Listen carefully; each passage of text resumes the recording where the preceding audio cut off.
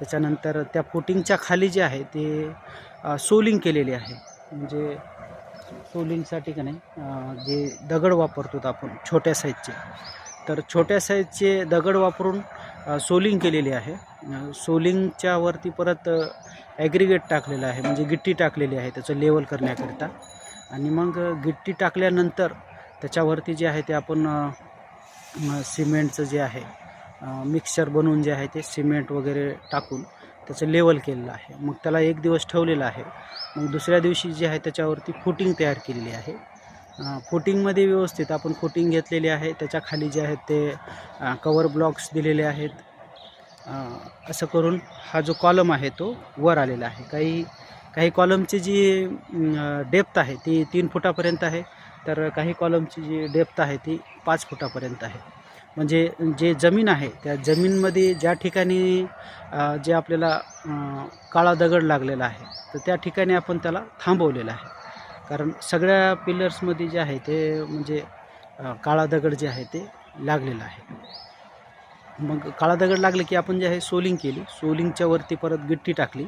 गिट्टीवरती एक दिवस थांबून त्याच्यानंतर त्याच्यावरती आपण जे आहे ते फुटिंग टाकली.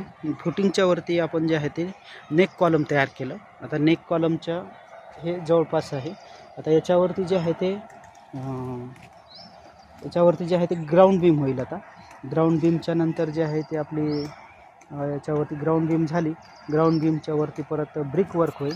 ब्रिक वर्कच्या नंतर परत जी आपली प्लिंथ बीम आहे, प्लिंथ बीमपर्यंत आपल्याला काम न्यायचं आहे. मग प्लिंथ बीमच्या वरती जे आहे ते RCCचे जे आहे ते पिलर्स जे आहेत ते वर येतील. तर अशा पद्धतीनं काम चालू आहे. आणि जर कोणाची प्लॅनिंग असेल की नेक कॉलमपर्यंत जर बांधकाम करायचं असेल, त्यामध्ये 9 इंच बाय 15 इंचेसचे कॉलम घ्यायचे असतील आणि स्टील बारसुद्धा आपण बघू शकता की स्टील बार जे आहेत ते 4 जे आहेत हे जे आहेत हे 4 रॉड्स, हे 4 रॉड्स जे आहेत ते हे 16 MM आहेत आणि हे जे आहेत ते 12 MM 2 रॉड्स आहेत. तर असं एकूण आहे. आणि स्टिरअप जे आहे ते स्टिरअप जे आहे ते 8 इंचाचं आहे. तर अशा पद्धतीनं जर म्हणजे तुम्ही काम केलं तर एक नेक कॉलमपर्यंत तुम्हाला एक 2 लाख रुपयाच्या आसपास बजेट जे आहे ते एक ठेवावं लागेल. तर थँक्यू.